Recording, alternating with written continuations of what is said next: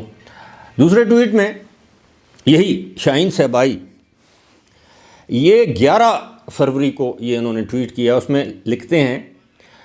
بنگلہ دیش ماڈل، خبریں آ رہی ہیں کہ عمران خان اور پی ٹی آئی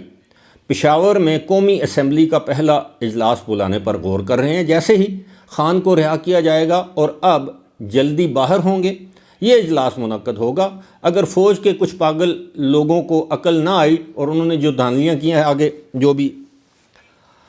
اب یہ حوالہ دے رہے ہیں، اگر آپ کو یاد ہو تو 1970 کے انتخابات کے بعد شیخ مجیب الرحمان نے ڈھاکہ میں قومی اسمبلی کا ایک اجلاس بلایا تھا، اور اس کے بعد مشرقی پاکستان کی جو علیحدگی کہہ لیں، سکوت کہہ لیں، جو بھی ہے، پاکستان توڑنے کی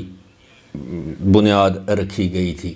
اور اس کے بعد فوج نے وہاں پر چڑھائی کی۔ یہ ایک تاریخی واقعہ ہے، اس کی بہت سی ڈائمنشنز ہیں، میں ان میں نہیں جانا چاہتا۔ لیکن یہ شاہین صاحبائی، یہ جو 2 مثالیں میں نے آپ کے سامنے رکھی ہیں، ان کے ٹویٹس ہیں، اور یہ اس سے کیا ظاہر کرنا چاہتے ہیں، دل کی خواہش ہے ان کی، یا یہ وارن کرنا چاہ رہے ہیں، یا یہ ان قوتوں کے ہاتھ میں کھیل رہے ہیں جن قوتوں نے یہ تہیہ کر رکھا ہے کہ یہ پاکستان کے حصے بکھرے کرنے ہیں۔ آپ کو ایک آرٹیکل بھی یاد ہوگا، کسی زمانے میں عمران خان نے لکھا تھا، جس میں پاکستان کو 3 حصوں میں تقسیم، یا کشمیر کی وہ تقسیم کچھ اس قسم کی، اور پھر آپ کو وہ تقریریں بھی یاد ہوں گی جس میں عمران خان نے کہا تھا کہ اگر یہ نہ کیا گیا، وہ نہ کیا گیا، مجھے اقتدار میں نہ لایا گیا، یعنی یہ 2022 میں جب ان کو اقتدار سے الگ کیا گیا تو پھر انہوں نے کہا تھا کہ پاکستان کے 3 ٹکڑے ہو جائیں گے۔ یہ باتیں آپ کو یاد ہیں، یہ میں اپنی طرف سے آپ کے سامنے پیش نہیں کر رہا۔ اسی طرح آپ کو یہ بھی یاد ہوگا کہ عمران خان نے کہا تھا کہ اس سے تو بہتر ہے کہ پاکستان پر ایٹم بم گرا دیا جائے، یہ بھی آپ کو یاد ہوگا۔ تو اب آپ سمجھ سکتے ہیں کہ پاکستان میں اب کون سا کھیل کھیلا جا رہا ہے، یعنی پاکستان کو خدا نخواستہ توڑنے کی سازش کی جا رہی ہے۔ بلوچستان میں جو کچھ ہو رہا ہے وہ آپ کے سامنے ہے۔ اس وقت بلوچستان میں احتجاج ہو رہا ہے ایک جانب، دوسری جانب مسنگ پرسنز والے جو ہیں وہ انتخابات سے قبل آپ کو پتہ ہے کہ وہ بھی ایک ریلی اسلام آباد میں آئی تھی۔ پھر ساتھ ہی ساتھ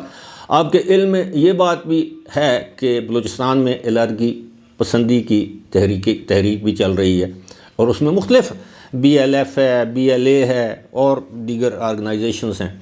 کچھ لوگ قومی دھارے میں آ گئے ہیں، کچھ ابھی بھی فارن لینڈز پر بیٹھے ہوئے، کوئی جنیوا میں بیٹھے، کوئی سوئٹزرلینڈ میں ہے، کوئی برطانیہ میں ہے، اور ان ملکوں میں بیٹھ کر وہ پاکستان کے خلاف سازش کر رہے ہیں، اور ظاہر ہے ان کو بھی تو فنڈنگ کہیں سے ہو رہی ہے۔ اور یہ جو لوگ ہیں، مثال کے طور پر شاہین صاحبائی، محیط پیرزادہ ٹائپ کے جو لوگ ہیں، ایک اور ہے وہ مہدی ہے، ایک عادل راجہ ہے، یہ پاکستان سے باہر بیٹھ کر اس وقت حکومت پاکستان نہیں، افواج پاکستان نہیں، بلکہ پاکستان کے خلاف ایک مؤثر پروپیگنڈا مہم چلا رہے ہیں۔ کبھی یہ امریکہ سے کہتے ہیں، یورپی یونین سے کہتے ہیں کہ پاکستان پر اقتصادی پابندیاں عائد کر دی جائیں، یعنی پاکستان کا گلا گھونٹا جائے، تاکہ پاکستان کے وہ ایٹمی اثاثے جن پر ہم فخر کرتے ہیں وہ اسی طرح پاکستان ان کو ابینڈن کر دے، ان کو فروخت کر دے، ان سے الگ ہو تھلگ ہو جائے، یا ان کو چھوڑ دے، جس طرح یوکرین نے کیا تھا۔ یوکرین کے پاس بھی ایٹمی ہتھیار تھے، اور اگر یوکرین کے پاس آج ایٹمی ہتھیار ہوتے تو روس کی جرت نہ ہوتی وہ یوکرین پر حملہ کرتا۔ لیکن پاکستان میں اب یہ سازش جاری ہے کہ کسی نہ کسی طرح پاکستان کو یہ باور کروایا جائے کہ جناب اگر آپ نے سروائیو کرنا ہے دنیا میں تو آپ کو اپنے یہ ایٹمی کھلونے جو ہیں، یہ ایٹمی اثاثے جو ہیں، ان سے دستبردار ہونا پڑے گا۔ تو یہ بنیادی طور پر یہ سازش ہے، اور اس سازش میں پاکستانی خود ملوث ہیں۔ پاکستان کے اندر سے یہ سازش ہو رہی ہے، پاکستان کے باہر سے یہ سازش ہو رہی ہے، اور کوئی بھی بیرونی سازش اس وقت تک کامیاب نہیں ہو سکتی جب تک کہ ملک، کسی بھی دوسرے ملک کے اندر سے لوگ اس کے اعلی کار اور سہولت کار نہ بنے۔ اس حوالے سے سوچئے گا ضرور، اپنی فیڈ بیک کامنٹ سے ضرور آگاہ کیجیے گا۔ ویڈیو پسند آئے تو لائک کا بٹن ضرور دبائیے گا۔ فی الحال مجھے دیجیے اجازت، خدا حافظ۔